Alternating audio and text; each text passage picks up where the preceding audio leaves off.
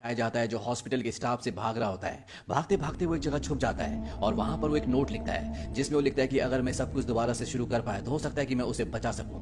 और इसके बाद कहानी फ्लैशबैक में चली जाती है और वही लड़का जो हॉस्पिटल के अंदर छुपा हुआ है वो अभी बहुत छोटा है। इस लड़के का नाम इवान है जिसके पास एक डॉग भी होता है। इवान अपनी मॉम के साथ रहता है और उसकी मॉम जब उसे स्कूल छोड़ने के लिए जाती है तो इवान की टीचर कहती है कि मैं आपसे कुछ बात करना चाहती हूँ और वो उसे एक ड्राइंग दिखाती है जो इवान ने बनाई होती है। ये एक बहुत ही डिस्टर्बिंग ड्राइंग होती है। इवान की टीचर बोलती है कि जब मैंने उससे पूछा कि उसने ऐसा क्यों किया तो उसने कहा कि मुझे कुछ भी याद नहीं है। इवान की मॉम इवान को डॉक्टर के पास ले जाती है और जब डॉक्टर उसका पूरा चेकअप करता है तो उसकी रिपोर्ट पूरी तरह से नॉर्मल आती है। डॉक्टर कहता है कि इसे बस थोड़ा सा स्ट्रेस है।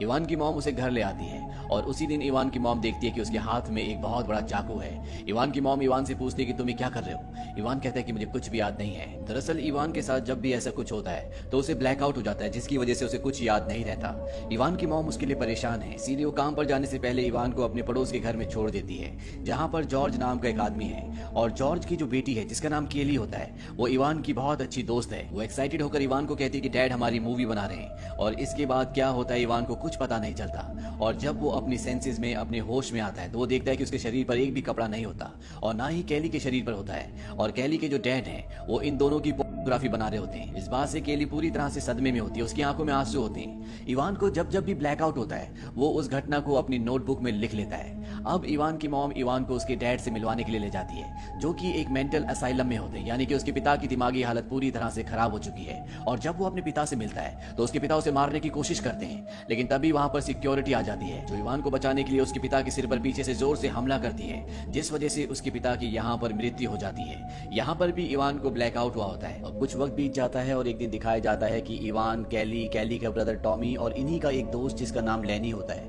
ये सब के सब एक घर के बाहर जाते हैं। इनके पास एक डायनामाइट होता है जो इन्हें कैली के घर पर मिला था और लैनी उस डायनामाइट को एक घर के बाहर जो लेटर बॉक्स होता है उसके अंदर रख देता है और ये चारों के चारों दूर खड़े हो जाते हैं। तभी वहां पर एक लेडी आती है जिसके पास एक छोटा बच्चा भी होता है और जैसे वो लेटर बॉक्स के पास पहुंचती है वो डायनामाइट फट जाता है जिससे उस लेडी की और उसके बच्चे की मृत्यु हो जाती है, जिस वजह से चारों के चारों डर कर वहां से भागना शुरू कर देते हैं। लैनी ने बॉम्ब को लेटर बॉक्स के अंदर रखा था इसीलिए उसे सदमा होता है और वो बेहोश हो जाता है। और यहाँ पर इवान को एक बार फिर से ब्लैकआउट हो जाता है, उसे कुछ भी याद नहीं होता कि क्या हुआ। और इवान की मॉम को लगता है कि वो झूठ बोल रहा है इसीलिए वो हिप्नोसिस के जरिए उससे सच उगलवाना चाहती है, लेकिन हिप्नोसिस करने के बाद भी इवान वही बताता है जो उसने कहा था। दरअसल सच में उसे कुछ भी याद नहीं आता।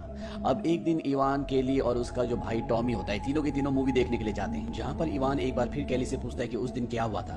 वो कहती है कि तुम बहुत लकी हो, तुम्हें याद नहीं है। ये दोनों एक दूसरे को पसंद भी करते हैं इसीलिए ये दोनों एक दूसरे को किस करते हैं। पर तभी वहां पर केली का भाई टॉमी आ जाता है। वो इन दोनों को किस करते हुए देख लेता है और अंदर ही अंदर गुस्से से भर जाता है। उसके दिल में बदले की आग होती है इसीलिए वो इवान के डॉग को एक बोरी के अंदर बंद करके ऊपर से आग लगा देता है। उस वक्त वहां पर इवान, केली और इनका दोस्त लैनी भी होता है, लेकिन यहाँ पर इवान को एक बार फिर से ब्लैकआउट हो जाता है इसीलिए उसे कुछ भी याद नहीं रहता कि यहाँ पर क्या हुआ।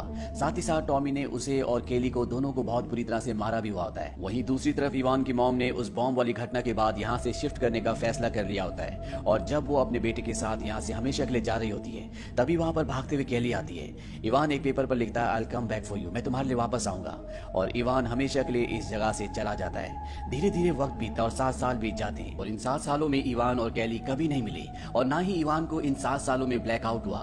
एक दिन इवान अपने रूम में एक लड़की को लेकर आता है और वो लड़की इवान की उसी डायरी को उठाती है जिस डायरी में वो अपनी बचपन की उन यादों को लिखता था जब उसे ब्लैकआउट हुआ करता था। वो लड़की इवान को उस डायरी से कुछ पढ़ने के लिए कहती है और जब इवान उस डायरी से उस इंसिडेंट को पढ़ता है जिस इंसिडेंट में कैली के भाई टॉमी ने उसके कुत्ते को जलाकर मार दिया था, तो उसे एक बार फिर से ब्लैकआउट हो जाता है और वो टाइम ट्रेवल करके उसी जगह पहुंच जाता है, यानी कि अपने बचपन में। और वो देखता है कि बोरी के अंदर कुछ है जिसे लैनी खोलने की कोशिश कर रहा है, लेकिन टॉमी उसे मना करता है और इसके बाद वो उस बोरी में आग लगा देता है। इससे पहले कि वो देख पाता कि उसके अंदर कुछ था, उसकी आंख खुल जाती है और वो वापस प्रेजेंट में उसी जगह पर आ जाता है जहां पर उसके सामने वो लड़की बैठी है। वो लड़की इवान को कहती है कि शायद तुमने कोई बुरा सपना देखा। इवान कहता है सपना नहीं बल्कि कुछ और था। इसके बाद वो सीधा लैनी के पास जाता है जो बचपन में उसका दोस्त हुआ करता था। वो लैनी से पूछता है कि उस दिन वहां पर क्या हुआ था।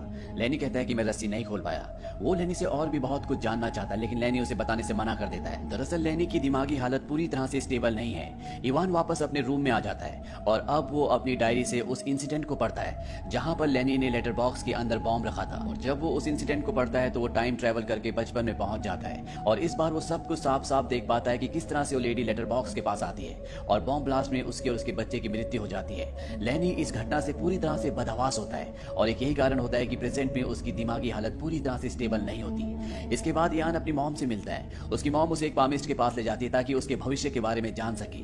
वो पामिस्ट जब उसका हाथ देखती है तो पूरी तरह से हैरान हो जाती है। वो कहती है कि तुम्हारी लाइफ लाइन नहीं है, ना ही तुम्हारे अंदर आत्मा है, ना ही तुम्हारे भविष्य का कुछ पता है, तुम इस दुनिया से बिलोंग नहीं करते। इवान उसकी बात पर ज्यादा ध्यान नहीं देता और उसी रात को कैली से मिलने जाता है। 7 सालों के बाद कैली उसे देखकर बहुत खुश होती है। वो कैली से कहता है कि तुम हमेशा एक वंडरफुल लड़की थी और वो कैली से उस इंसिडेंट के बारे में पूछता है जब कैली के पिता इवान की और कैली की फोटोग्राफी वीडियो बना रहे थे और इवान को ब्लैकआउट हो गया था, इसीलिए उसको कुछ भी याद नहीं होता। इस सवाल से कैली पूरी तरह से डिस्टर्ब हो जाती है क्योंकि उसकी जिंदगी में कुछ भी अच्छा नहीं है। वो कहती है कि तुम इतने सालों के बाद आए और तुम ये सवाल पूछ रहे हो, अगर मैं एक वंडरफुल लड़की थी तो तुम मुझे कभी लेने क्यों नहीं आए, तुमने मुझे कभी कॉल क्यों नहीं किया।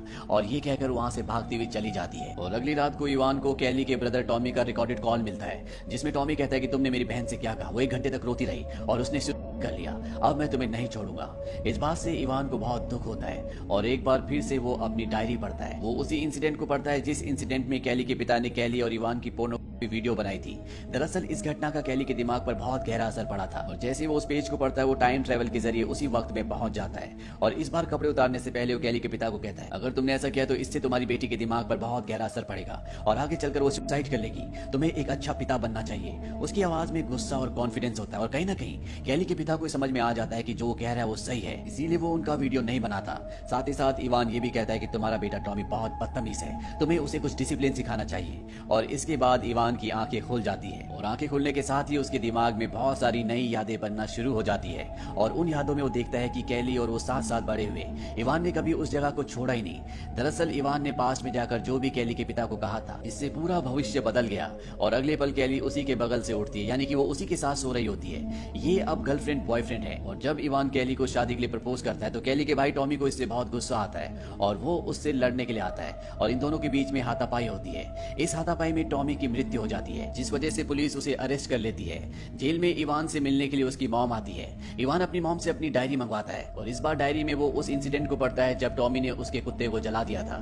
यहाँ पर वो लेनी को एक कांच का टुकड़ा देता है ताकि वो रस्सी को काट सके और घटनाक्रम उस तरह से नहीं घटता जिस तरह से इन्होंने सोचा होता है। इवान टॉमी को अपने कुत्ते को छोड़ने के लिए कन्विंस कर लेता है पर तभी पीछे से लेनी आता है जिसके हाथ में कांच का टुकड़ा है और वो उस कांच के टुकड़े से टॉमी को मार देता है। दरअसल लेनी की वजह से जो बॉम्ब ब्लास्ट हुआ था जिसमें एक औरत और उसका बच्चा मर गया था, वो अभी भी उसी जोन उसी सदमे में होता है। उसे कुछ पता नहीं चलता कि वो क्या कर रहा है। यहाँ पर वो कैली के चेहरे पर एक बहुत गहरा घाव भी देता है और अगले पल इवान की आंख खुल जाती है। तभी उसकी यादें बनना शुरू हो जाती है और वो लेनी से मिलने जाता है जो कि अब पूरी तरह से पागल हो चुका है। उसके हाथ पैर बांधे हुए वो पागल खाने में है। टॉमी की मृत्यु हो चुकी है और साथ ही साथ कैली अब एक प्रोस्टिट्यूट है। यहाँ पर इवान को यह भी पता चलता है कि जब वो अपने पिता से मिलने के लिए गया था तो उसके पिता ने उसे मारने की कोशिश क्यों की थी।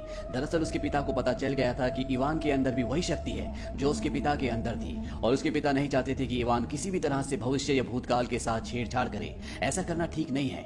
उसके पिता चाहते थे कि ये शक्ति उन्हीं के साथ खत्म हो जाए, लेकिन जब उन्हें पता चलता है कि इवान के अंदर भी ये शक्ति है तो वो उसे मारने की कोशिश करते हैं। इवान के बार बार कोशिश करने पर भी उसका प्रेजेंट अच्छा नहीं हो पा रहा होता और वो एक बार फिर से डायरी के उस पेज को पढ़ता है जिसमें वो घटना लिखी होती है जिसमें बॉम्ब ब्लास्ट में एक औरत और उसका बच्चा मर गए थे। और इवान एक बार फिर से वहां पर पहुंच जाता है और इस बार इससे पहले कि वो औरत उस लेटर बॉक्स के पास आती, इवान उसके पास पहुंच जाता है और उस औरत को वहां पर आने से रोकता है। हालांकि वो औरत वहां पर नहीं आती लेकिन तब तक ब्लास्ट हो जाता है और इस ब्लास्ट में इवान को काफी चोट लगती है। अब इवान की आंखें खुलती है और वो देखता है कि लेनी उसका रूम पार्टनर है, पर जब वो अपने हाथ देखता है तो उसके दोनों हाथ कटे हुए होते हैं। दरअसल उस बॉम्ब ब्लास्ट में उसके दोनों हाथ कट गए थे और इस वक्त में लेनी की जो गर्लफ्रेंड होती है वो और कोई नहीं बल्कि कैली है। इवान कैली से पूछता है कि हम दोनों के बीच में दोस्ती के अलावा कोई और भी रिश्ता हो सकता था। कैली कहती है कि हाँ, तुम मेरी जिंदगी के वो पहले इंसान हो जिसके बारे में मैंने सोचा था। जब मेरे मॉम और डैड का डाइवोर्स हुआ तो मुझे और मेरे भाई टॉमी को चॉइस दी गई कि हमें किसके साथ रहना है। मैं हमेशा से अपनी मॉम के साथ रहना चाहती थी लेकिन तुम्हारी वजह से मैंने अपने डैड के साथ रहना मंजूर किया ताकि मैं हमेशा तुम्हारी दोस्त बन के तुम्हारे साथ रह सकूं। इवान कहता है कि मुझे इसके बारे में कुछ भी पता नहीं था। इसके बाद इवान अपनी मॉम से मिलने के लिए जाता है जो हॉस्पिटल में होती है। उन्हें लंग कैंसर होता है। दरअसल जब ब्लास्ट में इवान के दोनों हाथ कट गए तो इस बात से इवान की मॉम को बहुत ज्यादा टेंशन हो जाती है और वो लगातार सिगरेट पीना शुरू कर देती है और जिस वजह से आज उन्हें लंग कैंसर है। इवान अपनी मॉम को कहता है कि मॉम आप चिंता मत करो, मैं सब कुछ ठीक कर दूंगा।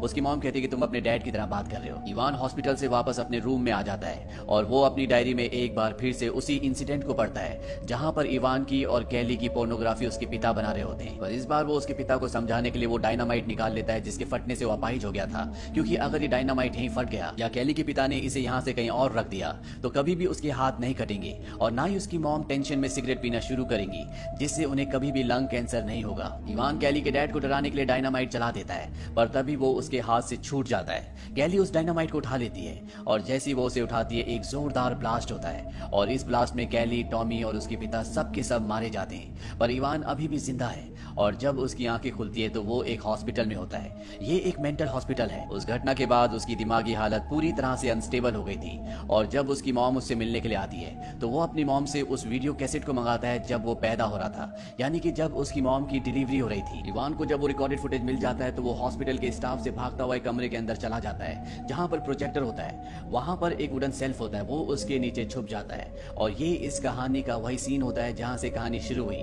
यानी कि कहानी अब फ्लैशबैक से प्रेजेंट में आ चुकी है। इवान अपनी मॉम की डिलीवरी के वक्त का वीडियो कैसेट चलाता है और वो टाइम ट्रेवल करके अपनी मॉम की कोख के अंदर चला जाता है और उसकी जो नाभि होती है वो उसी से अपना गला घोट कर अपने आप को मार देता है, यानी कि वो पैदा हुआ ही नहीं। यहाँ पर हमें उस पामिस्ट की, उस साइकी रीडर की भी आवाज सुनाई देती है जिसने इवान को कहा था कि तुम्हारी हाथ में उम्र की कोई रेखा नहीं है, तुम्हारा कोई भविष्य नहीं है, तुम इस दुनिया से बिलोंग नहीं करते। अब इवान इस दुनिया में नहीं आया, इसीलिए टॉमी और कैली के माँ बाप का जब डाइवोर्स होता है तो ये दोनों अपनी मॉम के साथ रहने के लिए चले जाते हैं, जिस वजह से इन दोनों की जिंदगी में आगे खुशियां ही खुशियां रहती है और बाकी जितने भी लोग होते हैं उनकी जिंदगी में जो भी ट्रेजेडीज होती है वो नहीं होती, सबकी जिंदगी पहले से खुशहाल होती है। तो इस तरह से इस कहानी का, इस फिल्म का पहला क्लाइमेक्स खत्म हो जाता है, यानी कि इस कहानी के दो क्लाइमेक्स हैं। दूसरे क्लाइमेक्स में ये दिखाया जाता है कि जब इवान हॉस्पिटल से अपने रूम में आता है तो वो टाइम ट्रेवल करके उस वक्त में जाता है जिस वक्त में वो पहली बार कैली से मिला था, जहां पर उन दोनों की दोस्ती हुई थी और वहां पर वो कैली से कहता है कि अगर तुम मेरे पास दोबारा कभी आई तो मैं तुम्हें मार दूंगा।